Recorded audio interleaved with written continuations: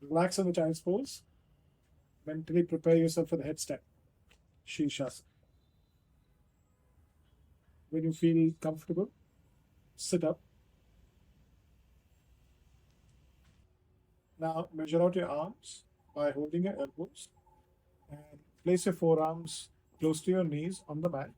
Make sure that you are not keeping the forearms far away from your knees. Keep them close to your knees. And then release your hands and interlock your fingers. Keep the crown of your head on the floor, not on your hands. Make sure that your head is not resting on top of your hand. Keep the top of your head on the mat. The fingers are coming around the back of your head. Then tuck your toes, lift your knees up, and then walk forward and get your back straight. Get your knees into the chest, one knee into the chest, and then the other knee into the chest. Now make sure that you're not jumping up with the legs straight. So how you do it is you don't lift your legs up. You don't lift one leg up. Don't jump. Make sure that you walk forward and get the back straight first. If your back is not straight, you won't be able to come up in the next step. So make sure your back is not leaning towards your legs.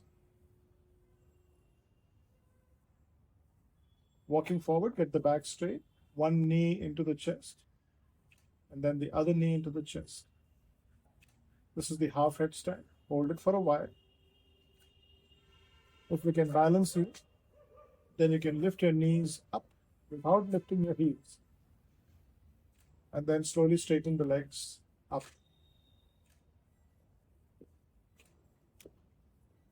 To come down, reverse the steps, bend your knees. Make sure you don't jump down. Make sure you don't fall down either. You reverse the steps step by step. Knees into the chest. One foot down. Make sure you don't land on your knees. The other foot down. Knees on the mat. Keep the head down. Relax in the child's pose.